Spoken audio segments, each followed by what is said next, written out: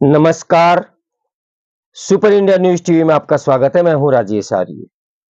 आइए देखते हैं आज का विशेष समाचार। राजनीति के अपराधीकरण को बढ़ावा। ताहिर हुसैन जैसे गंभीर आरोपों से घिरे लोगों को चुनाव प्रचार की अनुमति देना सभ्य समाज को शर्मिंदा करना है। आज दिल्ली विधानसभा चुनाव के प्रत्याशियों का भाग्य ईवीएम में कैद हो रहा है। इनमें दो को छोड़कर शेष प्रत्याशी यह देख रहे होंगे कि उनके इलाके में मतदान कैसे हो रहा है। शेष दो जेल में है।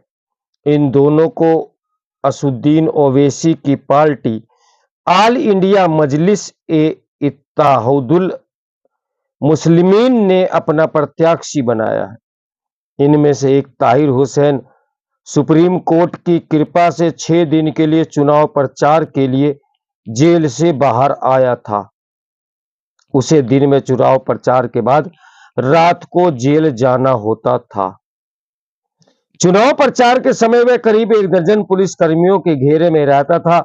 इस सुरक्षा का प्रतिदिन का खर्च 2 लाख रुपए से अधिक था, जिसका वहन वह खुद करता था, क्योंकि सुप्रीम कोर्ट ने उसे इसी शर्त पर हिरासती जमानत दी थी। लेकिन यह समझना कठिन रहा कि क्यों दी थी। सुप्रीम कोर्ट का कहना था कि चुनाव प्रचार के लिए हिरासती जमानत के इस फैसले को मिसाल नहीं माना जाए, क्योंकि यह मामले के विचित्र तथ्यों और परिस्थितियों को ध्यान में रखकर दिया जा रहा है। आखिर ऐसे क्या विचित्र तथ्य और परिस्थितियां थी कि दिल्ली के भीषण दंगों के आरोपित को चुनाव प्रचार के लिए हिरासती जमानत देनी पड़ी। भले ही सुप्रीम कोर्ट ने ताहिर हुसैन को हिरासती जमानत देते समय यह कहा हो कि इसे नजीर न माना जाए, लेकिन इसके अगले ही दिन एक स्थानीय अदालत ने दिल्ली दंगे के एक और आरोपित शिफा उर रहमान को इस आधार पर 5 दिन के लिए हिरासती जमानत दे दी कि सुप्रीम कोर्ट ऐसे ही मामलों में ताहिर हुसैन को जमानत दे चुका है। शिफा वह दूसरा प्रत्याशी है जिसे ओवैसी ने चुनाव मैदान में उतारा है। शिफा ओखला से चुनाव लड़ रहा है और ताहिर मुस्तफाबाद से। क्या इसमें संदेह है कि यदि सुप्रीम कोर्ट ताहिर को चुनावी प्रचार के लिए जमानत नहीं देता तो शिफा को भी नहीं मिलती?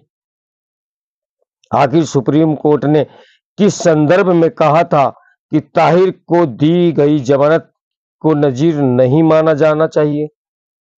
ताहिर को जमानत मिलने पर इसलिए भी सवाल उठा क्योंकि वह सुविधा राष्ट्रीय सुरक्षा कानून के तहत जेल में बंद खालिस्तान समर्थक चरमपंथी अमृतपाल सिंह और टेरर फंडिंग के आरोपों से 2-4 इंजीनियर रशीद को नहीं मिली थी। इन दोनों ने जेल में रहते हुए लोकसभा चुनाव लड़ा था और दुर्भाग्य से दोनों अपने अपने निर्वाचन क्षेत्रों खंडूर साहिब और बारामूला से चुनाव जीत भी गए थे। आखिर चुनाव प्रचार की जो सुविधाएं इन दोनों को नहीं मिली, वह ताहिर ही को क्यों मिल गई? इसके कारण ही शिफा को भी मिल गई। ताहिर हुसैन पर दिल्ली दंगों में मारे गए आईबी के कर्मचारी अंकित शर्मा की हत्या का भी आरोप है। उस पर 10 एफआईआर दिल्ली पुलिस की है और एक ईडी की भी है। दंगों के दौरान उसके घर की छतों पर पेट्रोल बमों का जखीरा और पत्थरों के ढेर मिले थे।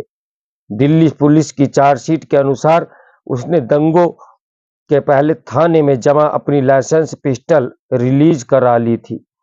दंगों के बाद वह जब पुलिस की गिरफ्त में आया तो यह नहीं बता सका था कि उसके 100 में से 24 कारतूस का कहां और कब इस्तेमाल हुआ।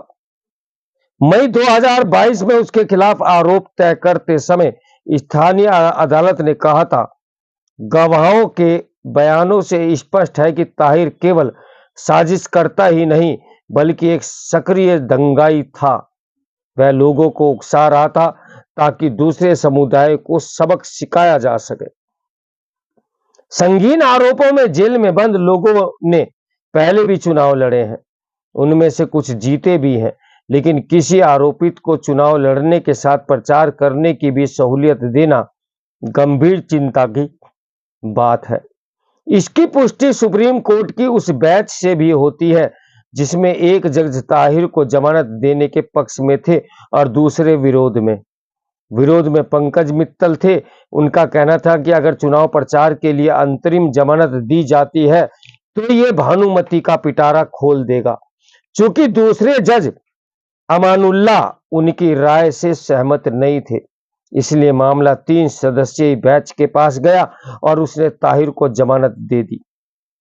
यह बिल्कुल भी अच्छा नहीं हुआ, क्योंकि अब गंभीर आरोपों से घिरा कोई अभियुक्त जमानत न मिलने की सूरत में चुनाव लड़ने और प्रचार करने के बहाने जमानत पा सकता है। यह विधि की विडंबना है कि जेल में बंद कोई व्यक्ति वोट तो नहीं डाल सकता, लेकिन चुनाव लड़ सकता है। यदि ताहिर हुसैन जैसे अभियुक्तों को चुनाव प्रचार की अनुमति देकर सभ्य समाज को शर्मिंदा होने से बचाना है, तो जेल से चुनाव लड़ने की सुविधा समाप्त की जानी चाहिए। इसलिए समाप्त की जानी चाहिए क्योंकि चुनाव लड़ना मौलिक अधिकार नहीं है। यदि राजनीतिक दल अपने संकीर्ण स्वार्थों और दोष सिद्ध न होने तक हर कोई निर्दोष है के जुमले के चलते इसके लिए तैयार नहीं होते, तो कम से कम उन्हें ऐसा कानून बनाना चाहिए जिससे कोई चुनाव प्रचार करने के लिए जमानत न पा सके। यदि ऐसा नहीं होता तो फिर आपराधिक प्रवृत्ति वाले जेल में होते हुए भी चुनाव तो लड़ेंगे ही, चुनाव प्रचार करने के लिए भी निकलेंगे। उनमें से कुछ जीत भी सकते हैं, क्योंकि दुर्भाग्य से अपने देश में कई लोग जाति समुदाय के आधार पर दागी लोगों को भी खुशी खुशी वोट देना पसंद करते हैं। आखिर समय की धारा में क्या क्या बहेगा और क्या क्या बचेगा, ये तो समय ही बताएगा। आखिर लोकतंत्र खतरे में नहीं लगता क्या? तो मेरे साथ बने रहें सुपर इंडिया न्यूज टीवी की ब्रेकिंग न्यूज के लिए। नमस्कार, मैं हूं राजेश आर्या।